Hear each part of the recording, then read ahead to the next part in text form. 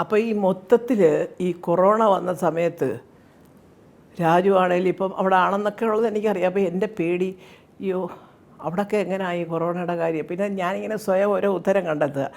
മരുഭൂമിയിൽ എങ്ങനെയാണ് കൊറോണ, ഇതൊക്കെ ചുമ്മാ സമാധാനത്തിന് വേണ്ടി. എങ്ങനെ ഇതറിയും, ആരെയും വിളിക്കും? മോനെ വിളിച്ചു കഴിഞ്ഞാൽ അവനെ കിട്ടത്തില്ല ഫോണിൽ, കാരണം അവനിങ്ങനെ ഈ മരുഭൂമിയിലൊക്കെ നടക്കുകയല്ലേ. സത്യം പറഞ്ഞാൽ ഞാൻ ബ്ലസ്സി സാറിനെയാണ് വിളിക്കുന്നത്. ഞാൻ പറഞ്ഞല്ല, അവിടെ മൊത്തത്തിൽ വേറെ കുഴപ്പമൊന്നുമില്ലല്ലോ.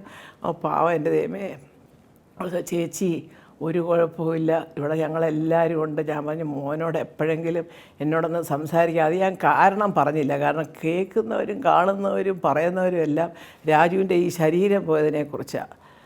അപ്പോൾ ഞാൻ വിചാരിച്ചു, ഇത്ര കണ്ട് ക്ഷീണിക്കാൻ എന്തോ ഇത്രയും ക്ഷീണിക്കണോ? ശരിക്കും ഒരു വല്ലായ്മ വരും, ഭക്ഷണമൊന്നും കഴിക്കാതെ കിടന്ന്. അത് കുറേയൊക്കെ മേക്കപ്പിൽ പോയി ഇങ്ങനെയൊക്കെ നമുക്ക് പല ചിന്തകളാണല്ലോ, ഒന്നും ഞാൻ കാണുന്നുമില്ല അറിയുന്നുമില്ല. ഞാൻ എന്തോ മോനെ ഒരുപാട് ക്ഷീണിച്ചു പോയെന്നൊക്കെ കേൾക്കുന്നല്ലോ, അങ്ങനെയാണല്ലോ ഇങ്ങനെയാണല്ലോ എന്നൊക്കെ. അല്ല, അത് ഈ ക്യാരക്ടറിന് വേണ്ടിയിട്ടേ കുറച്ചൊന്നും നല്ലോണം മെലിയണമായിരുന്നു. അതിങ്ങനെ മെലിഞ്ഞു. ചരിത്രമൊന്നും പറയുന്നില്ല, അദ്ദേഹം മിണ്ടാതെ അങ്ങ് ഇരുന്നു. എന്തേലും ആട്ടെ, സകല ദൈവങ്ങളെ വിളിച്ചു. അതെല്ലാം കഴിഞ്ഞപ്പോഴാണ് കൊറോണ കഴിഞ്ഞവർക്ക് ഷൂട്ടിങ് കഴിഞ്ഞ് വരാൻ നേരത്തെ അവിടുന്ന് ഫ്ലൈറ്റ് ഇല്ല, അതില്ല, ഇതില്ല.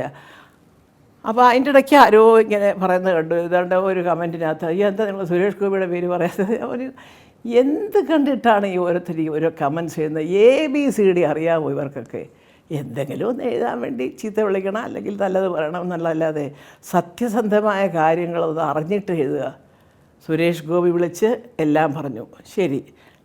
മോഹൻലാൽ വിളിച്ചിരുന്നു, എല്ലാവരും ഓരോരുത്തർ വിളിക്കുന്നുണ്ട്. പക്ഷേ ഇനി ഒരു സത്യം ഞാൻ പറയട്ടെ, ഞാൻ പച്ചയ്ക്ക് അത് ക്യാമറയിൽ നോക്കി പറയാണ്.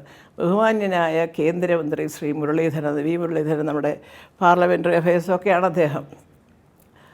അദ്ദേഹത്തിനെ ഞാൻ നേരിട്ട് വിളിച്ചു.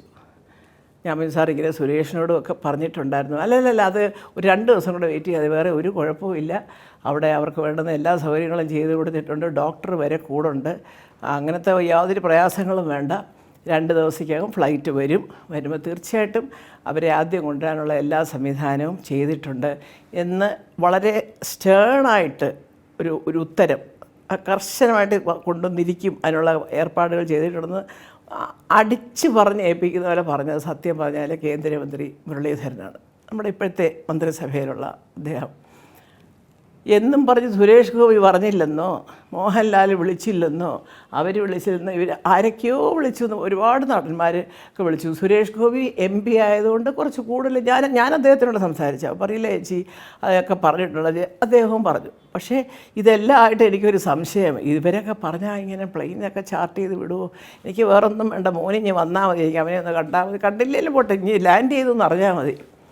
കാരണം അവിടെ കാണും പെട്ടുപോയി, കൊറോണ ഉള്ള സമയവും എന്ത് ചെയ്യും ഈശ്വര. ഏതായാലും 2 ദിവസം കഴിഞ്ഞപ്പം ഇങ്ങനെ ഫ്ലൈറ്റൊക്കെ ചാർട്ട് ചെയ്തു.